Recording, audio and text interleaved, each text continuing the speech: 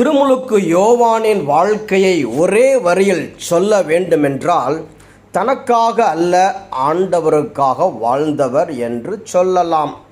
அவர் இயேசுவின் வருகையை அறிவித்தார், மக்களை மனமாற்றத்திற்கு அழைத்தார், பாவத்தை சுட்டி காட்டினார், உண்மையை அஞ்சாமல் எடுத்துரைத்தார், இறுதியில் அந்த உண்மைக்காக தன் உயிரையே அர்ப்பணித்தார்.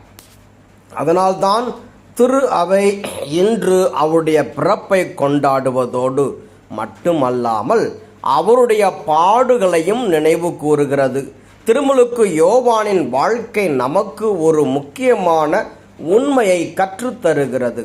உண்மைக்காக வாழும் வாழ்க்கைக்கு சில நேரங்களில் விலை கொடுக்க வேண்டியிருக்கும். ஆனால் அந்த விலை ஒருபோதும் வீணாகாது. 1. வழியை ஆயத்தம் செய்தவர். இறைவாக்கினர்களுள் திருமுழுக்கு யோவானுக்கு ஒரு தனிச்சிறப்பு உண்டு. மற்ற இறைவாக்கினர்கள் மெசியாவின் வருகையை முன்னறிவித்தார்கள். ஆனால் திருமுழுக்கு யோவான் மெசியாவை முன்னறிவித்ததோடு மட்டுமல்லாமல் அவரை நேரடியாக சுட்டி காட்டியவராகவும் விளங்கினார். யோவான் 1:29 இதோ கடவுளின் செம்மறி ஆடு என்று இயேசுவை மக்களுக்கு சுட்டி காட்டினார்.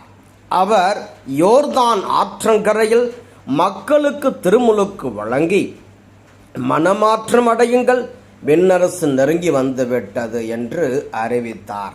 அவர் தன்னுடைய வருகையை பற்றி மக்களிடம் பெருமை பேசவில்லை, மாறாக தன்னை நோக்கி வந்த மக்களை இயேசுவிடம் திருப்பினார். அதனால்தான் அவர் கூறினார், அவர் வளர வேண்டும், நான் குறைய வேண்டும். இது திருமுழுக்கு யோவானின் வாழ்க்கையின் மிக அழகான லட்சியம்.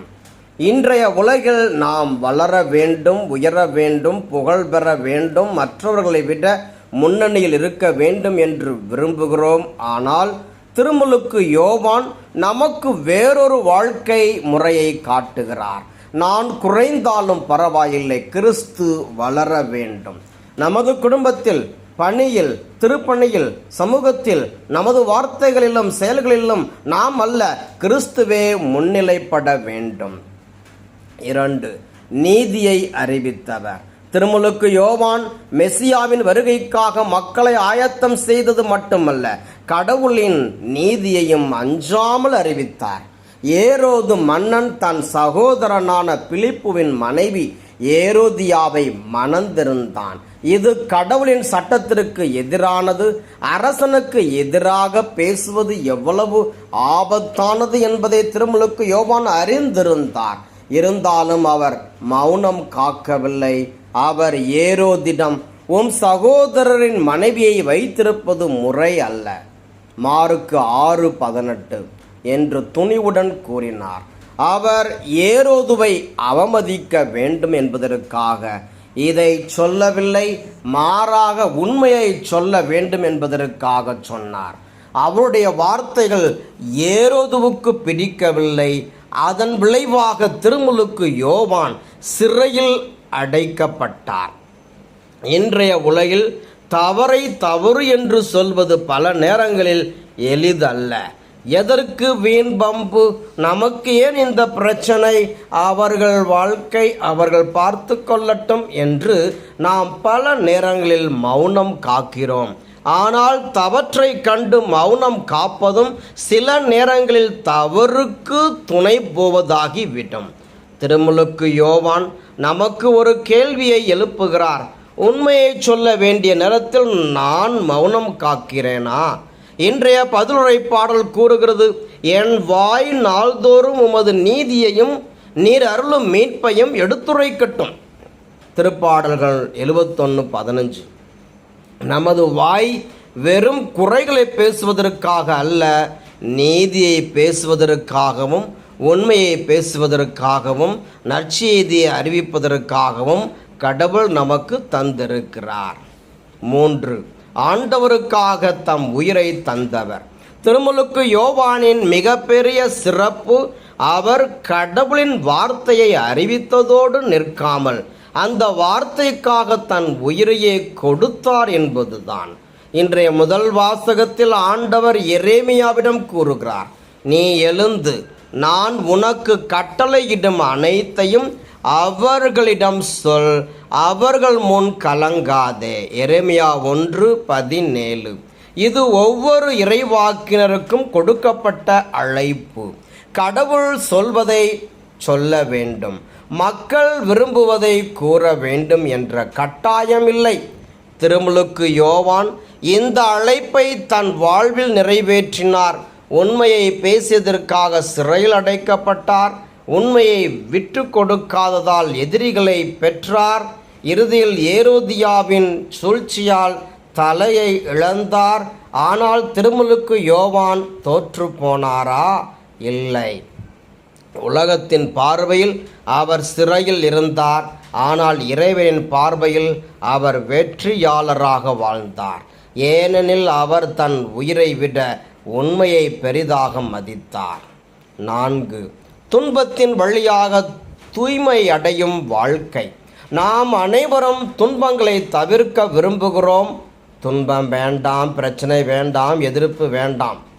யாரும் நம்மை பற்றி தவறாக பேசக்கூடாது, எல்லோரும் நம்மை பாராட்ட வேண்டும் என்று நாம் விரும்புகிறோம். ஆனால் இறையாட்சிக்காக வாழும் வாழ்க்கையில் துன்பங்கள் வரலாம். ஒரு குடும்பத்தில் 3 தலைமுறைகளாக பயன்படுத்தப்பட்டு வந்த பழைய பெண்டுலம் கடிகாரம் ஒன்று இருந்தது. ஒரு நாள் அந்த கடிகாரத்தை பார்த்த சிறுவன், இந்த பெண்டுலம் எவ்வளவு சிரமப்பட்டு முன்னும் பின்னுமாக அசைகிறது என்று நினைத்தான். அதன் மீது இரக்கம் கொண்டு பெண்டுலத்தை சுழற்றி வைத்து விட்டான். சிறிது நேரத்தில் கடிகாரம் நின்று விட்டது. அப்போது அந்த சிறுவனுக்கு ஒரு உண்மை புரிந்தது. அவன் சிரமம் என்று நினைத்ததுதான் அந்த கடிகாரத்தை முன்னோக்கி இயக்கி கொண்டிருந்தது. இது ஒரு கற்பனை கதைதான், ஆனால் இதில் ஆழமான உண்மை இருக்கிறது. நமது வாழ்க்கையிலும் சில துன்பங்கள் நம்மை அழிப்பதற்காக வருவதில்லை, நம்மை ஆழப்படுத்துவதற்காக வருகின்றன. சில எதிர்ப்புகள் நமது நம்பிக்கையை வலுப்படுத்துகின்றன. சில தோல்விகள் நம்மை தாழ்மைப்படுத்துகின்றன. சில துன்பங்கள் கடவுள் மீது நமது நம்பிக்கையை அதிகரிக்கின்றன. திருமுழுக்கு யோவானின் சிறை அவருடைய பணியின் முடிவாக தோன்றியது. ஆனால் அவரது சாட்சியம் அங்கேயே முடிந்து விடவில்லை. அவருடைய இரத்த சாட்சி திரு அவைக்கு இன்றும் ஒரு அழைப்பாக இருக்கிறது. உண்மைக்காக துன்பப்பட வேண்டியிருந்தாலும் உண்மையை விட்டு விடாதீர்கள். 5. அஞ்சாதே.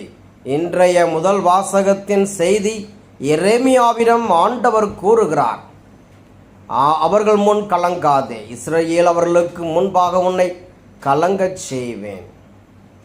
அவர்கள் முன் கலங்காதே, இல்லையேல் அவர்களுக்கு முன்பாக உன்னை கலங்கச் செய்வேன். எரேமியா 1:17. இறைவாக்கினர் என்பவர் பயமில்லாத மனிதர் அல்ல. பயத்தின் நடுவிலும் கடவுள் மீது நம்பிக்கை வைத்து உண்மையை பேசுபவரே இறைவாக்கினர். திருமுழுக்கு யோவானுக்கும் ஆபத்து தெரிந்திருந்தது. ஆனால் அவர் தன் பாதுகாப்பை விட கடவுளின் உண்மையை பெரிதாக கருதினார். இன்று நமக்கும் இந்த இறைவாக்கு பணி தேவை. குடும்பத்தில் உண்மைக்கு சான்று பகர்வோம். பணியிடத்தில் நேர்மையுடன் இருப்போம். சமூகத்தில் அநீதிக்கு எதிராக குரல் கொடுப்போம்.